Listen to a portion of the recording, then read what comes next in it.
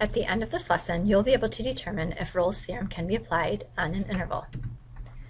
Rolle's theorem states, let f of x be a function. There is at least one number c in the interval ab such that f prime of c equals 0 if the following conditions are met. This basically is just saying that there's somewhere where the derivative will equal 0 if the following conditions are met. First of all, f of x is continuous on the interval. Secondly, f of x is differentiable. There we go, on the open interval AB, and f of a equals f of b. Basically what this means is that the y values at the endpoints of the interval are equal.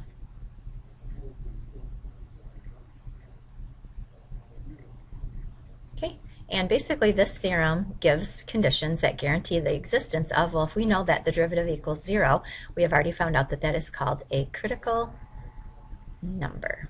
So this theorem basically guarantees the existence of a critical number. All right, the first example is we're just going to determine whether Rolle's theorem can be applied. So we actually are going to test the three conditions. The first condition was that f is continuous on the interval that they gave us, and you'll notice the interval's from 2 to 6, and if it helps you to actually highlight the interval, go right ahead. So on the interval, you'll notice that the function is continuous. We wouldn't have to pick up our pencil to get from one part of the graph to another. So yes, it is continuous. The second thing is f is differentiable. And remember, differentiable just means you can take the derivative, so there'll be no sharp turns or places where there's asymptotes or anything. So if I'm looking at this, it's a nice smooth curve in that whole interval, so yes, it is differentiable. I can actually take the derivative everywhere. Okay, my third condition is to see if f of a equals f of b, and in this case we want to see does f of 2 equal f of 6. So I'm going to find f of 2, the y value at 2 is 3, and at 6 the y value is also 3. So f of 2 does equal f of 6. So in this case, yes, Rolle's theorem can be applied. If I look at the second example, the first thing that I want to check is f is continuous. There we go. On the interval, we're talking about from x equals 1 to x equals 5, from here. And you can notice right away that f is not continuous because there are two places in that interval where the function has a vertical asymptote. So it is not continuous, so we can say that no, Rolle's theorem cannot be applied. We don't have to worry about the other conditions as long as one of them does not work. All right, now what we're going to do this time is, first of all, if we don't have a graph, we're going to determine whether Rolle's theorem can be applied, and then if it can be applied, we'll actually find the critical values. And notice this time we're not worried about the function being undefined, we're only looking for where it equals 0, because if it's a continuous function, that just won't happen. Okay, so let's go ahead and look. First of all, my first thing would be, is f continuous? And to tell whether it's continuous or not, we're just going to look at the original function and look, is there anything that we couldn't plug in for x? Are there any square roots or fractions that we'd have to worry about? And no, there are not. So definitely the function is continuous. The second thing that we want to see is is it differentiable? Basically, can we take the derivative at every point between 3 and 5? Well, the way that we're going to decide that is actually take the derivative of it and then just see if that works. So if I take the derivative of that, we'd get 1/3 x to the negative 2/3, and then the derivative of 3 would just be 0. So if I rewrote this, this would be 1/3 x to the 2/3. Okay, I'd basically now be looking for, is there anywhere that I wouldn't get an answer for this? And I notice right here, if x equals 0, I could not get an answer because my answer would be undefined, because 0 to the 2/3 is 0. That would make the denominator 0. But one thing that I have to check, so x can't be 0, but you'll notice that 0 is not in this interval. So for all the numbers in this interval, I actually can plug in and get an answer. So we are going to say, yes, this is differentiable for this specific part. If they change that interval to like -3 to 5, then we would say that f is not differentiable because there's somewhere in there that you can't take the derivative. Okay, my last check is to see if f of 3 equals f of 5. And to get that, we're going to go back into the original function.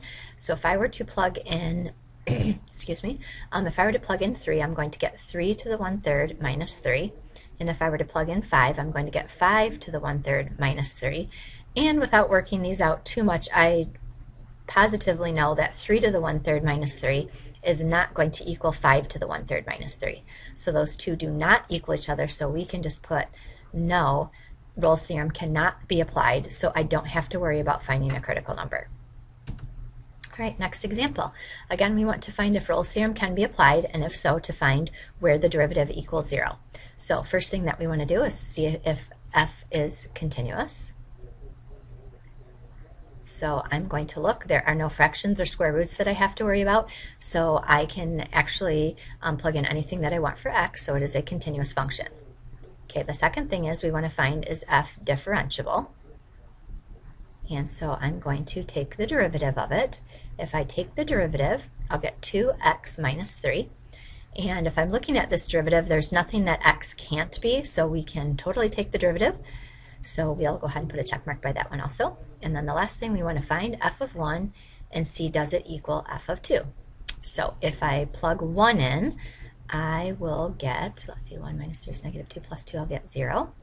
And if I plug 2 in, I'll get 4 minus 6 is negative 2 plus 2, I get 0. So I do find that f of 1 is equal to f of 2. So all three conditions are met, so we are going to say yes, Rolle's theorem can be applied. And then it said if it can be applied, find where the derivative equals 0, where we already found the derivative. Now we just need to find where does the derivative equal 0. So I'll get 2x equals 3, and I'll get x equals 3/2. So basically it's just finding the critical number. All right, one more example with sines and cosines. This one, again, we are just going to test. So the first one is f continuous and continuous. There we go. If I'm thinking about the cosine function, I know that the cosine function looks like this. This is definitely a continuous function, so we can go ahead and check mark that. Second thing is f differentiable?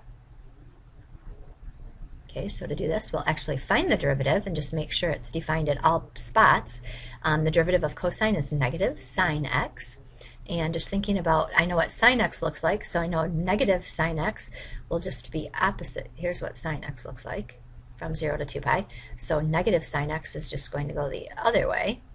And so if I'm looking at that, can I take the derivative of at every spot? Yes, because there are no sharp turns or there's no place where the derivative is undefined. So that also gets a check mark.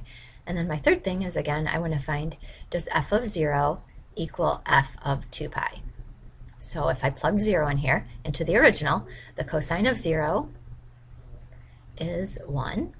And then if I plug 2 pi in, I'll get cosine of 2 pi. The cosine of 2 pi is also 1. So those two do equal each other. So yes, Rolle's theorem can be applied. And then once I do that, remember we want to find where the derivative equals 0. So I'm going to take the derivative and set it equal to 0.